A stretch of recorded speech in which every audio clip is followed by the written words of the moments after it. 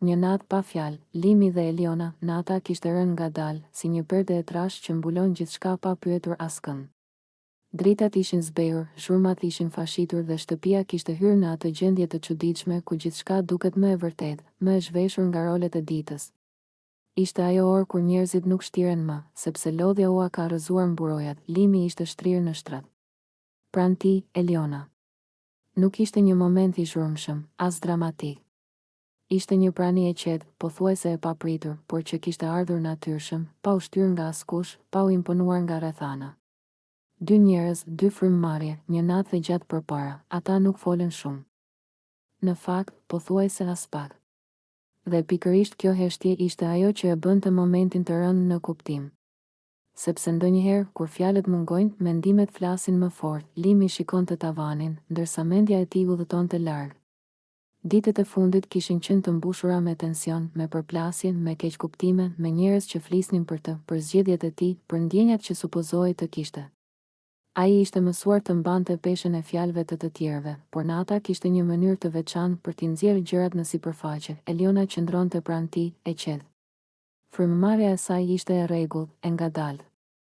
Nuk kërkonte asgjë, nuk impononte asnjë prani. Ishte thjesht aty. Dhe ndonjëherë, të jesh aty është më shumë se çdo deklaratë, ata fjetën bashkë gjithë natën. Jo si një akt për t'u parë, për t'u komentuar, për t'u shpjeguar. Por si një gjendje njerëzore, dy persona që ndajnë të njëjtin hapësirë, të njëjtin qetësim, të njëjtin errësirë. Trupat u përshtatën me praninë e njëri tjetrit, pa ngut, pa tension. Ishte një afërsi e heshtur, e matur, Limi ndjeu për herë të parë pas shumë kohësh një lloj pushimi të brendshëm. Jo sepse gjithçka ishte zgjidhur, por sepse për disa orë nuk kishte nevojë të shpjegonte asgjë. Nuk kishte pyetje. Nuk kishte akuza. Nuk kishte role për të luajtur. Ishte thjesht një njeri që lejonte veten të ishte i lodhur. Eliona, nga ana e saj, e ndjente këtë. Ajo nuk e shikonte Limin si dikë që duhej kapur apo bindur. Ajo e shikonte si dikë që kishte nevojë për qetësi. Dhe kjo e bënte praninë e saj të lehtë, pothuajse të padukshme, por thellësisht të ndjerë. Nata avancoi ngadalë. Ora kaloi mes frymëmarrjeve, lëvizjeve të vogla, ëndrave të copëzuara. Jashtë, gjithçka ishte e qetë. Brenda, mendimet vinin e shkonin, por pa zhurmë. Ishte një natë që nuk kërkonte kuptim të menjëhershëm, sepse jo çdo natë ka nevojë për një përkufizim. Limi u zgjua disa herë. Jo nga ankthi, por nga ajo ndjesje e çuditshme kur trupi kupton se nuk është vetëm. Ai ndjente praninë e Elionës dhe kjo prani nuk e shqetësonte. Përkundrazi, e qetësonte. Ishte një kontrast i fortë me ditët e mbushura me zëra, me përplasjen, me interpretime. Në atë shtrat nuk kishte publik. Nuk kishte histori për t'u treguar.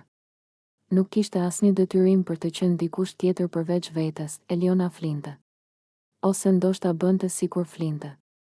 Në çdo rast, ajo nuk kërkonte vëmendje. Dhe kjo, për Limin, ishte diçka e rrallë. Të mos kërkohesh. Të mos të kërkohet të jesh përgjigje për pyetje që nuk i ke bërë vetë. Kur nata filloi të thyej dhe drita e mëngjesit u fut ngadalë në dhomë, gjithçka dukej ndryshe. Jo më e qartë, por më e qetë. Ata kishin kaluar gjithë natën bashkë dhe megjithatë, asgjë nuk ishte detyruar të ndryshonte menjëherë, nuk kishte premtime. Nuk kishte deklarata.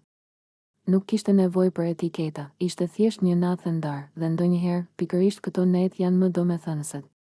Jo sepse tregojnë një histori të madhe dashurie, por sepse tregojnë një ndalesë, një moment ku njeriu ndalon së luftuari dhe lejon veten të pushojë pranë dikujt tjetër. Limi e dinte që dita do të sillte sërish pyetje, sërish zëra, sërish përplasje. Por për atë natë, gjithçka kishte qenë e thjeshtë. Dhe thjeshtësia në jetën e tij të komplikuar ishte bërë luks. Eliona u zgjua pak më vonë. Një shikim i shkurtër, pa fjalë. Asnjë nevojë për shpjegim. Ndonjëherë, një natë e kaluar bashkë nuk ka për qëllim të ndërtojë diçka të re, por të mbajë mendjen dhe shpirtin në ekuilibër, dhe kjo natë kishte bërë pikërisht këtë.